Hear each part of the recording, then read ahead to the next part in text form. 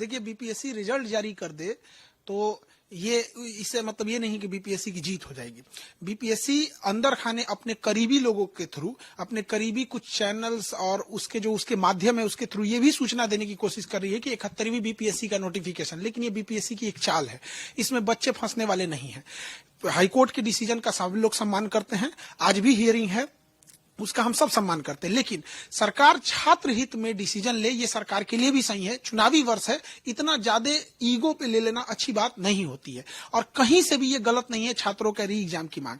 जहां तक सरकार का कहना है कि इसमें फंडिंग हुई है या कुछ भी कहना है, जो आरोप है, तो फंडिंग हुई है तो आप लोग रोक दीजिए उसको, या जांच करा के जो ऐसा है उसको आपको जो कानूनी कार्रवाई ये करिए। उसके लिए 4 लाख बच्चों को, 4.5 लाख बच्चों का भविष्य तो हम दाव पे नहीं लगा सकते ना।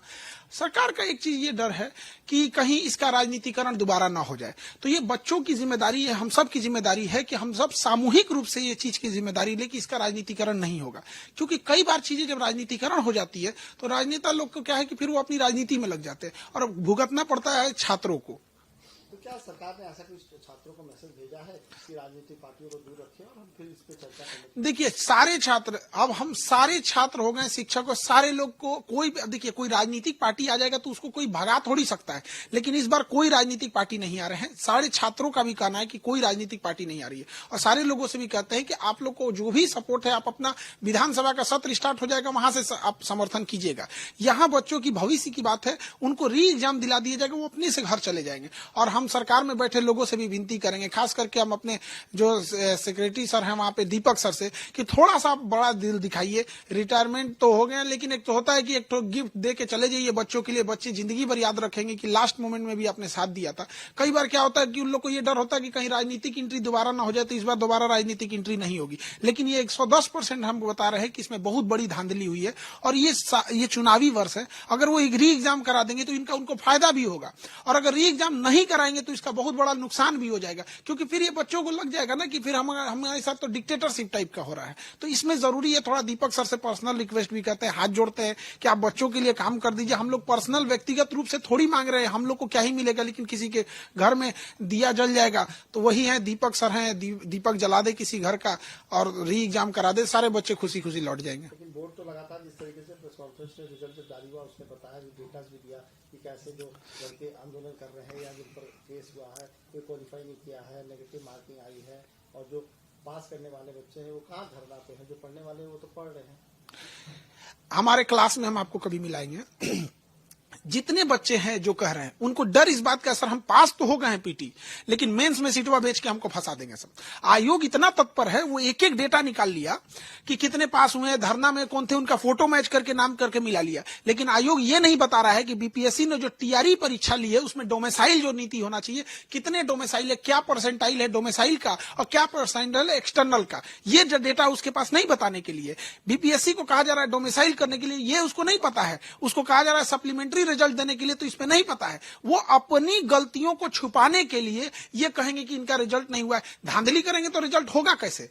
अब कोई पढ़ाएगा और जो बच्चे हैं उसको साथ आप सीधा उलट दीजिएगा तो कैसे होगा? आप कहिएगा किसी शाकाहारी को भोजन पे बुलाइए और उसको मांसाहारी परोस दीजिए, वो खाएगा नहीं। आप कहिए कि तुझको तो भूख ही नहीं लगा था, इसने खाना ही नहीं खाया। तर्क और कुतर्क दोनों में अंतर होता है। अगर उनको कुतर्क ही करना है ना तो बैठ के एक बार डिबेट कर ले। बीपीएससी के चाहे जितना बड़े अधिकारी होंगे उन लोग को समझा दिया जाएगा। वो बंद कमरे में अपना पीसी कर देने से सच्चाई नहीं छुप सकती है। रुमाल से आप सोचेंगे पहाड़ जैसे भ्रष्टाचार को ढक देना, तो नहीं ढका जाएगा। क्या छात्रों से फिर से बीपीएससी बातचीत करेगी, क्या बुलाएगी? बीपीएससी से बात करने की कोई जरूरत नहीं है। हमें बस सरकार से यही कहना है, एक विनती है कि हम लोग को कोई भी विद्यार्थी, क्योंकि वो विद्यार्थी जो होते हैं वो डायरेक्ट स्टेक होल्डर हैं इसके, हम लोग परोक्ष रूप से हैं, क्योंकि हम विद्यार्थियों को पढ़ाते हैं, उनका उदास चेहरा नहीं देखा जाता है। तो हम लोग किससे कहेंगे? तो अभी सरकार से यही उम्मीद कर रहे हैं और दीपक सर से भी पर्सनल रिक्वेस्ट करते हैं हम लोग सारे विद्यार्थी सब की, इस बात का है कि हम लोग राजनीतिकरण नहीं होने देंगे। क्योंकि राजनीतिकरण हो जाता है तो चीजें लंबी हो जाती है।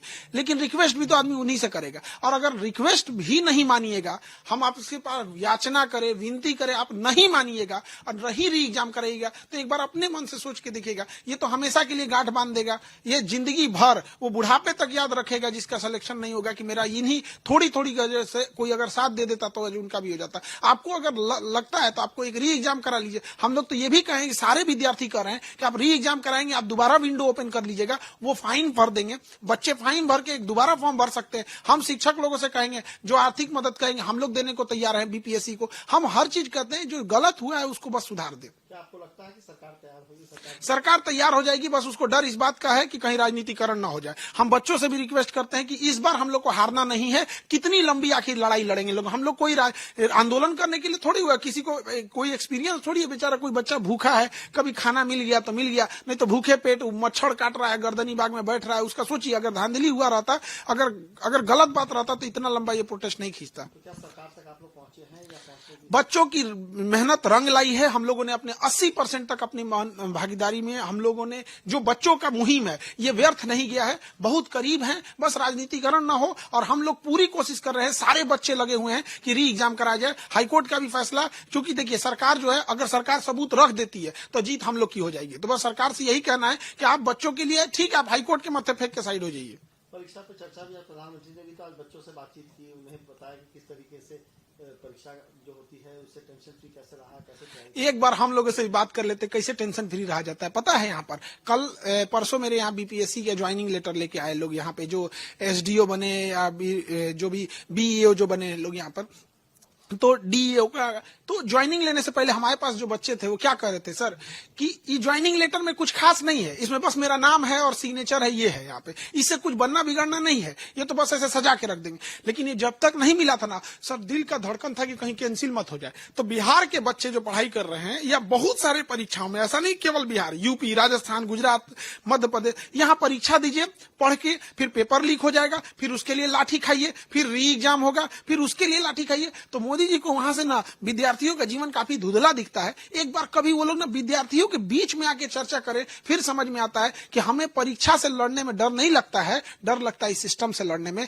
कि ईमानदारी से पढ़ा हुआ विद्यार्थी को कैसे सिस्टम में बैठे कुछ चंद लोग रौंद के चले जाते हैं। और फिर प्रधानमंत्री काश इस दर्द को समझ सकते थे, उन तक डायरेक्ट तो हम लोग नहीं पहुंच सकते हैं, लेकिन ये बात बहुत तकलीफ है कि शिक्षा पे चर्चा, एक बार परीक्षा पेपर लीक जैसे धांधली वाले पे भी एक बार उनको बोलना चाहिए।